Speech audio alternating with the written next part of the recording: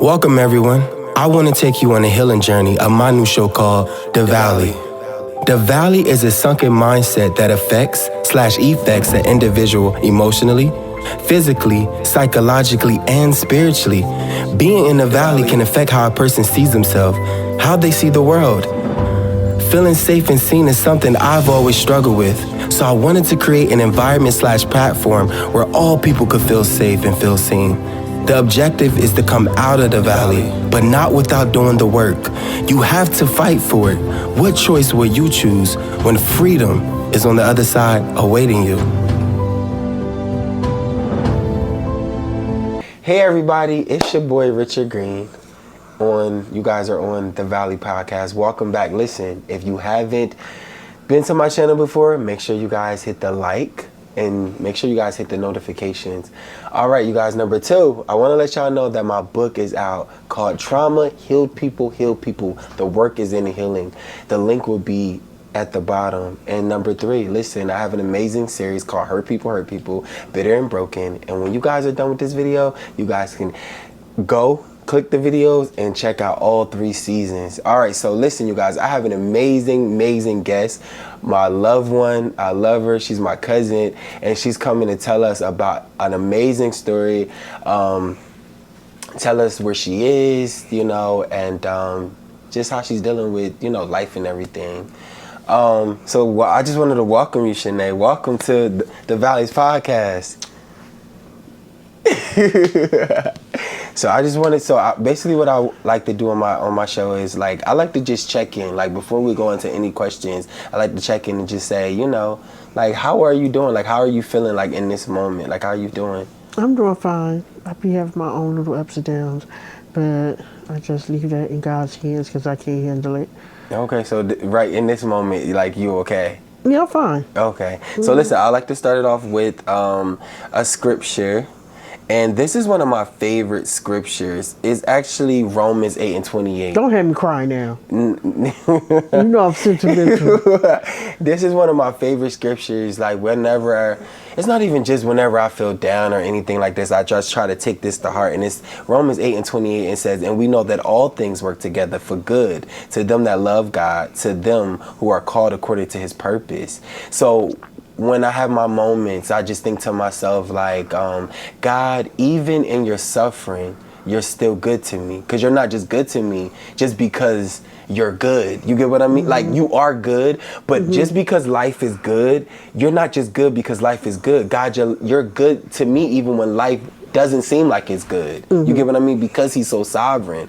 So, when I think about all the things that I've been through, and the people that's going to watch it, they're going to know I talk about the loss of my best friend. Well, I haven't talked about Yak yet, but I've talked about my brother and all of that. So this scripture, it just centers me back in when I think about the deaths and the passings. And when I think about at 30, I was diagnosed with an autoimmune disease or whatever. I haven't talked to my viewers about it, but I will.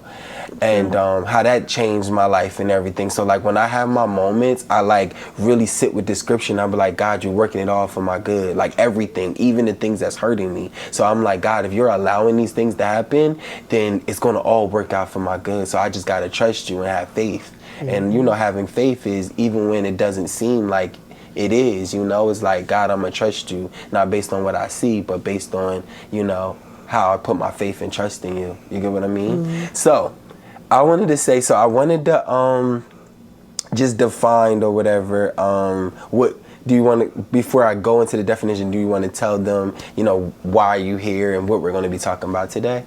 Well, today we are here because I've been on dialysis for 10 years now.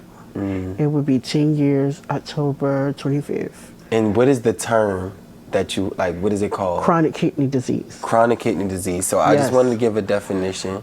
So it says chronic kidney disease is a type of kidney disease in which a gradual loss of kidney functions occurs over a period of months to years. Initially, generally, no symptoms are seen, but later symptoms may include leg swelling, feeling tired, vomiting, loss of appetite, and confusion. Complications can relate to hormonal dysfunction of the kidneys and include, in chronological order, high blood pressure, bone disease, anemia, some of the things. It says some of the statistics is more than 1 of 7 U.S. adults, about 35.5 million people, or 14% are estimated to have CKD. As many as 9 in 10 adults with CKD do not know they have it.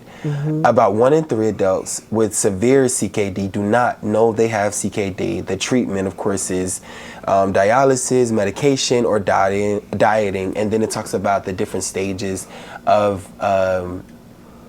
kidney disease or kidney failure. And what would you say, like, what stage are you in? 5, the last stage. 5. Because I started dialysis. I had to start dialysis. Okay. So I wanted to know, before we get into, talking about this, I wanted to know, like, what was life like pre kidney disease? Like, what was life like for you? It was amazing. I did everything. I worked. I was happy. I just was enjoying life until one day I went to the doctors and they said by the age of 30 you would be on dialysis. Wow. Well, before you even got diagnosed, were there any type of symptoms? Was there anything Actually, happening? I didn't have any symptoms. Wow. No, I didn't have no headaches. I used to go to the doctors and they used to be like, Miss Wilson, you know your blood pressure 250 over 160. You ain't never have a stroke or nothing with your heart or anything. I used to be like, no. Why would you say that? But now that I got the education and I, study and I try to keep it at a low point. It's been good, actually. Today it was like 160. It was still high, over 80, but it wasn't 250. Right. So you were saying, I know we were talking off camera, you were saying something about the blood pressure being high, even when you probably wasn't on it. So it has been high. When your blood pressure high like that, you're supposed to get like migraines and stuff like that, so it could give you a sign that something is wrong. Yeah. But I never had no hangovers. I mean, no headaches or anything. Like the only time I had a headache or whatever is like when I used to be out hanging out all night and I used to drink a lot, and that's what I hated used to come from. But other than that, I ain't had no signs. Wow. So like, what did you feel in that moment, like when you heard that, like, okay, by 30, because how old was you when you had that conversation? 27. So, and they basically letting you know in 3 years, life is about to totally look different for you. Change for me. How did you feel in that moment? In that moment, I thought, I'm like, dialysis? I thought only old people be on dialysis. But then when I did the research, it be kids that need kidneys, starting at the age of 3. I had talked to this girl recently. She my Facebook friend, and she just got her kidney last November or whatever. She told me she was on dialysis since she was 12. Wow, and how old is she now? She's 26. Do you know her, Danielle? I don't know. I'm not sure. Robinson? I gotta see a picture. Yeah, she's from out Eastern, but anyway, that's here and there. But yeah, she just got her kidney last year. Wow. Yeah. So that was one of the reasons why I wanted to bring you here. Of course, to tell people about this and how we can prevent this disease from coming. But one of the reasons was I really wanted people to know about this, because I wanted people, we were talking about kidneys. You get what I'm saying? Like anybody out there that may watch this, what's the process like to be a donor, or like, what is the process like? Like, if somebody was on here and watching, like, and they wanted to help, what would they have to do? In 2017, my sister supposed to had donated her kidney to me, but she couldn't because her kidney started overworking herself. We went through a process. I went to a hospital, Hahnemann. They closed right now, but you go to your unit or whatever, or your doctor, and just let them know that you want to be transplanted, and they give you a list of hospitals or whatever. You take some tests or whatever, and they have to match your blood type. My blood type is O, so I can't, I can receive, but nobody can't receive to me. I have to get a O positive blood type to donate to me. Has that been difficult finding it? In the beginning, I just was like, I just felt bad, like I didn't want her to donate because she got a son. And what if later down the line he need an organ or something, and now she can't donate because she felt, you know, I ain't gonna say she felt bad for me, but she gave me her organ and now her son just out here. You get what I'm saying? Yeah, yeah. So I had to pray, and so now I'm just like, okay, if you want to donate, it's fine. It's a gift. You get what I'm saying? Yeah. So it's hard sometimes, but I get through it. So I'm just waiting I'm gonna get back on the list, and I'm gonna just have to wait till I find a donor that match my blood type. Yeah, it's just about the blood type, that's all. Okay. And then when you get on the list, depending on your blood type, they give you a maximum time to be on the list before you get approved. See, my blood type was O, so I had to be on the list 5 years before I was active. Oh, really? 5 years? Wow. Wow. So when you got at the age of 30, is that when things literally started changing for you? So what was that process like in those 3 years from 27 and 30? In the beginning, it was rough because it was still the beginning, and I just was like starting out with the tubes in my chest. And At 27? Or at 30? Oh, yeah. wow. When they first start, they just can't put a port in your arm. You have to have this little thing in your chest, and they'll tell you, oh, you can't have that in for a long time because how they put it in there is going directly inside your heart. Wow. Yeah. So that's why they convince you to get the port or do home dialysis or put it in your stomach. But when you put it in your stomach, you have to watch how you shower. You can't go swimming. Like it's like a lot of restrictions, and it just makes you think like, damn, should I do this or should I do this or should I do this? Because I was like confused because I didn't have the education that I have now about these things, and I'm just jumping in it like, okay, since the doctor told me to do this, I'm gonna just do it as if it's okay and it's the right thing to do. You get what I'm saying? Yeah. But you know, I want to say whatever, like, one thing that people don't know about you, like, you is hilarious. You know, sometimes or whatever, like, I could talk to you, like, and you, like, when I get on the phone with you and talk to you, I know we can talk for hours, right?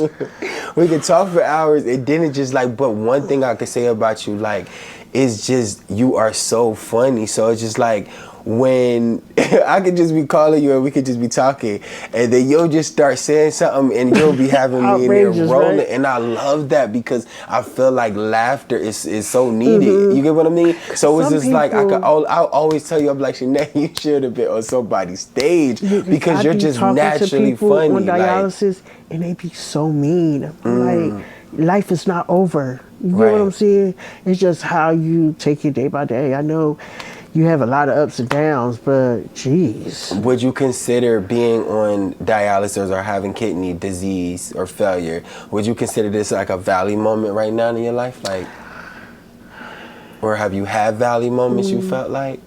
Yeah, you know, I had since being on dialysis, this been like a roller coaster. I had to learn how to walk again. Wow. I had 27 surgeries. It just Wait, Sinead, 27 surgeries? Yeah. I had this one. I had this one, this shut down. So I had to put it in this arm. And then I had, remember the one I had on top of this one? I don't know. I didn't know you had 27 surgeries. Yes.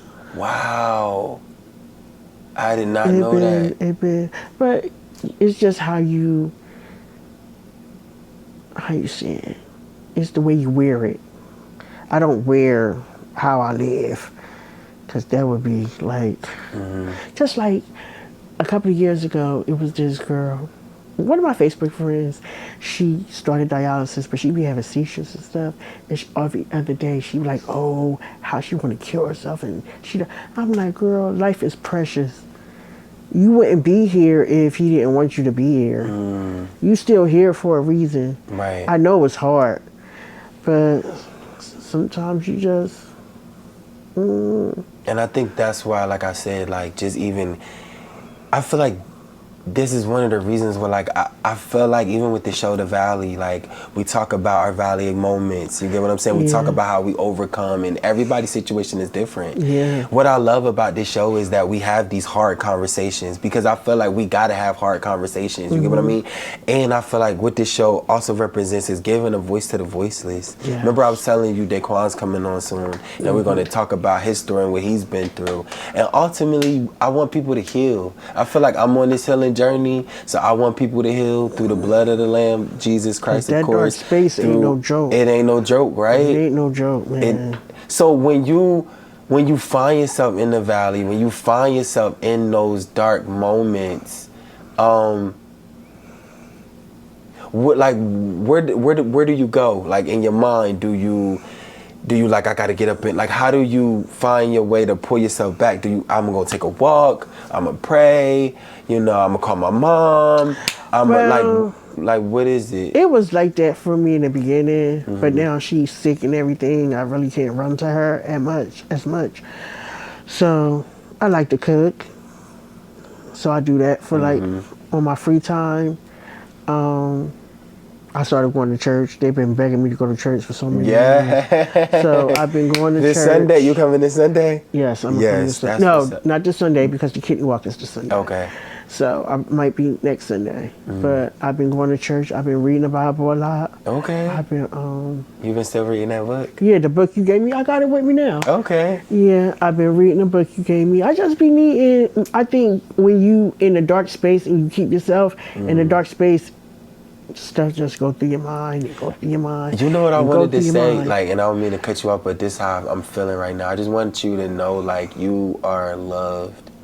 Like, I'm feeling that right now, to just let you know, like, you loved. You get what I mean? And you have people, that really genuinely love you and care about you. And even as I'm doing this podcast, in my heart right now, and I just have so much more empathy and respect for you. You get what I mean? Like, I had no idea, anything about 27 surgeries. You get what I mean? So it's just like, I don't be for me, wanting to feel like I'm hopeless. Nah, you're not hopeless, but not like that, because certain times when you talk to people and you tell people what you're going through, they be like, "Oh my God, girl, you going through that? I feel so sorry for you."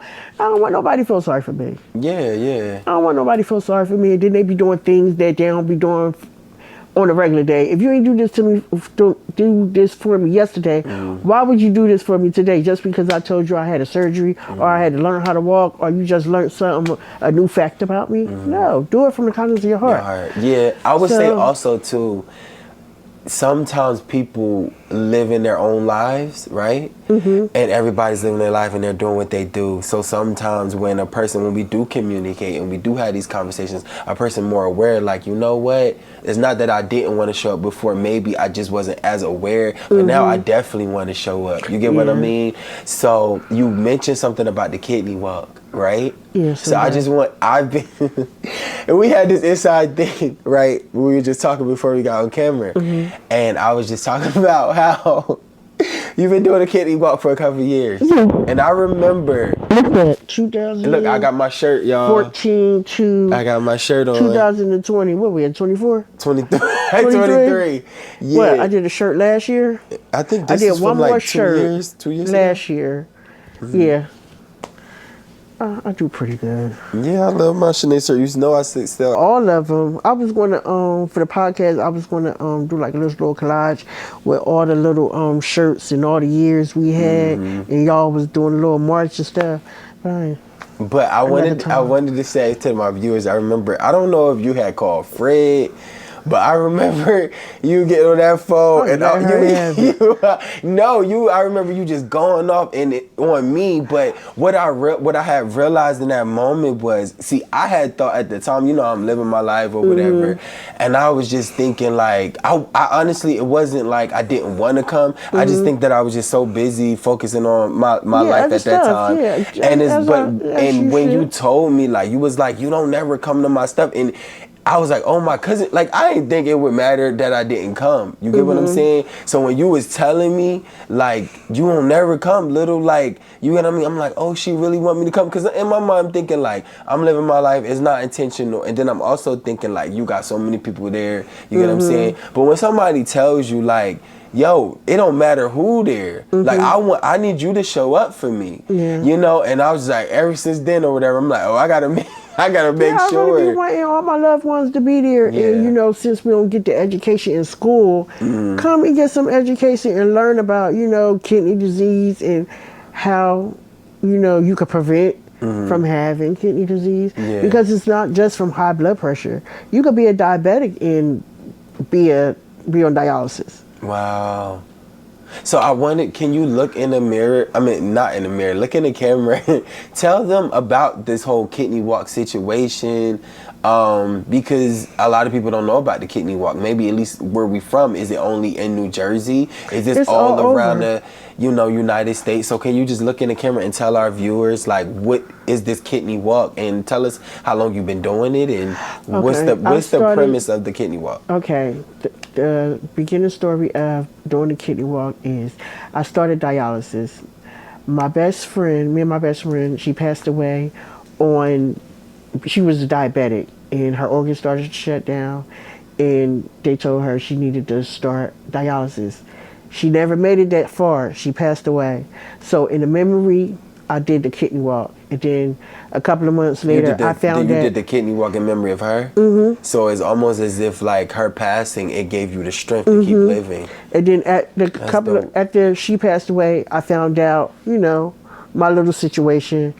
And I was in a chair one day and I just was like, I want to keep all of us together and I don't want to see anybody younger, my age, or even older, enjoying life and not forgetting about the importance of going to the doctors, taking care of yourself and stuff like that. Yeah. It's very, very, very important. And you know, men don't like going to the doctors. So being on dialysis, I met a lot of cool people. I got a lot of education. And the kidney walk is going to be this Sunday at Veterans Park. I've been doing it since, as you can see, I've been doing it since 2014. It started at Arm & Hammer Park. Okay. And now we at Veterans Park. That's what's up. I love it. I love it. And I love, like, what you Every said year about... I do t-shirts. I sell the t-shirts, so athletic t-shirts for my walkers, my supporters, you know, my friends and family. I do this big old cookout, jumpy houses, food, laughter, music, everything. So if y'all want to come, y'all willing to, this Sunday at Veterans Park, but you got to be up at 8 o'clock in the morning. That's the only thing. That's the only thing. You got to be. And it's really fun. They have pamphlets. They tell you about transplant centers. They, you know, give you the information and the knowledge that you need about kidney disease. And it's really dope. So if Is y'all it, want like, to come also out, to prevent kidney disease or how to... Okay, and this is all around the world? everybody, Kidney walks? yes, everybody come out. People from Newark. Last year I met this guy. He was on a sorority. So we sat and he was like, I thought he was just walking. So he was like, no, I just got me a kidney. I've been on dialysis for 15 years. I'm like, oh my God. And I keep on telling myself, I don't know if I can go any longer. But as long as God pushed me, I'm here to stay. But other than that, You know what's something you mentioned, and I wanted to ask you about your friend, right? You said something to me that was very identical to my situation. I lost my best friend from sickle cell. You get what I mean? You said basically because your best friend had passed, you wanted to do something in her memory. I had did the same thing with hurt people, and this is how we're here now. I mean, of course, because of God, but what I realized, that's a couple of things. There was something that was inside of you, right, that needed to be birthed out, and it took an unfortunate situation for you to begin to push your baby out into the world. There you go. I feel like because of her death, it allowed you and it gave you the permission to really truly live. You get what I mean? It made me go harder. It made you go harder. And I feel like for me, I had lived with so much fear when I was younger. When I'm gonna die, or when it's gonna happen, and what's going on. When I think just a lot of fear, right? And I think like when my best friend had died, I was just remember just standing over his casket, and I was like 27 years old, and I was just like, I lost it. You get what I mean? Like they had to drag me out of the church because I was distraught. But it really made me say to myself, Richard, whatever it is that you want to do in life, it's time to do it. You get what I mean? So I think that it was a beautiful thing that even in your valley of losing one of your best friends, you could have said, you know what, forget it. Because we have choices, Shanae. We have choices in those valley moments. Are we going to live? You get what I'm saying? And overcome the valley? Or are we going to stay in the valley and we're going to potentially allow this thing to destroy us and die?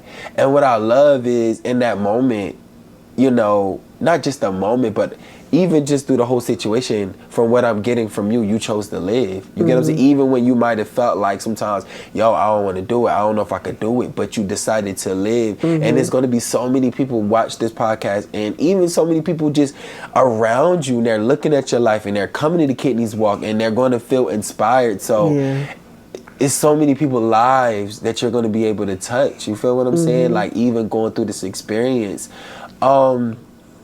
What would you tell somebody out there?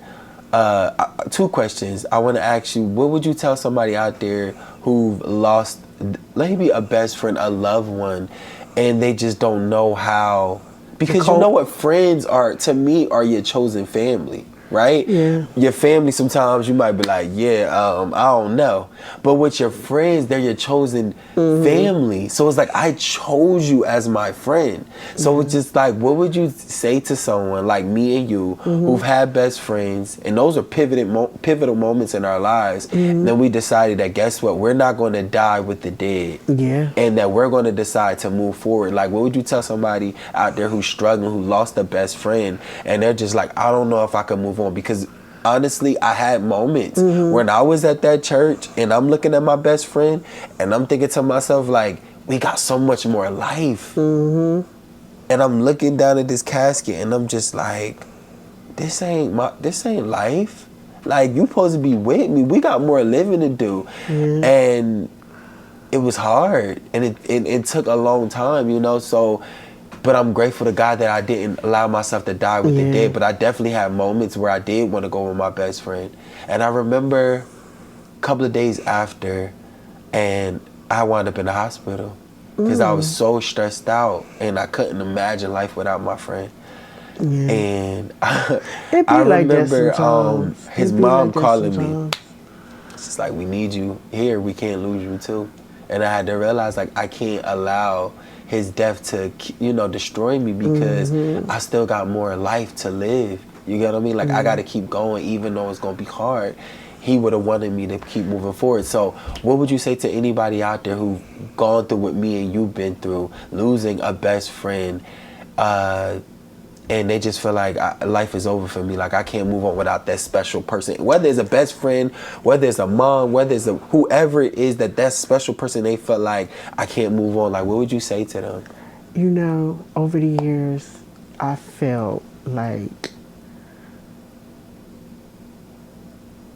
well, when I first started dialysis, I just didn't want to be around nobody. I didn't want to talk to nobody and nothing.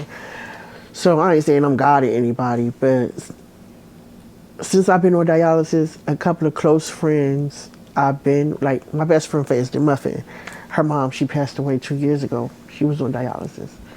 And I make sure I call her every day on her mom's anniversary, on her mom's birthday. I just be there for her. I be saying, like, give her, like, little keepsakes. Like, if you still got something on your remembrance of your mom or whatever, just keep it. I tell her it's okay to cry, because some people be acting like they can't cry. I'll cry in a heartbeat. Right. And that's another thing too. It's okay not to be okay. You get what I'm saying? Just don't stay in that state forever. But you gotta cry. You gotta yell. Feel that feeling. You get what I mean? So when she first passed away, and I did the kidney walk. So when I do the kidney walk, my shirt be different from everybody. So I have a memory shirt. Yeah. So I got Jessica. I have Rhonda aunt. Okay. I have Brienne's mom. I have Muffin mom. Like everybody I know that, passed away on dialysis, I just bring them to the walk. So when they come to the walk, they feel relief. Wow. Like she was crying. I'm like, what are you crying for? She was like, no, because you didn't have to do all this. But that's the type of person I am. Everybody got to be remembrance, right? Wow. So, yeah. I try. So what would you tell the friend, like the person that they lost? Muffin? No, Or I'm saying, anybody? Like, just anybody, yeah. Talk to God. For sure.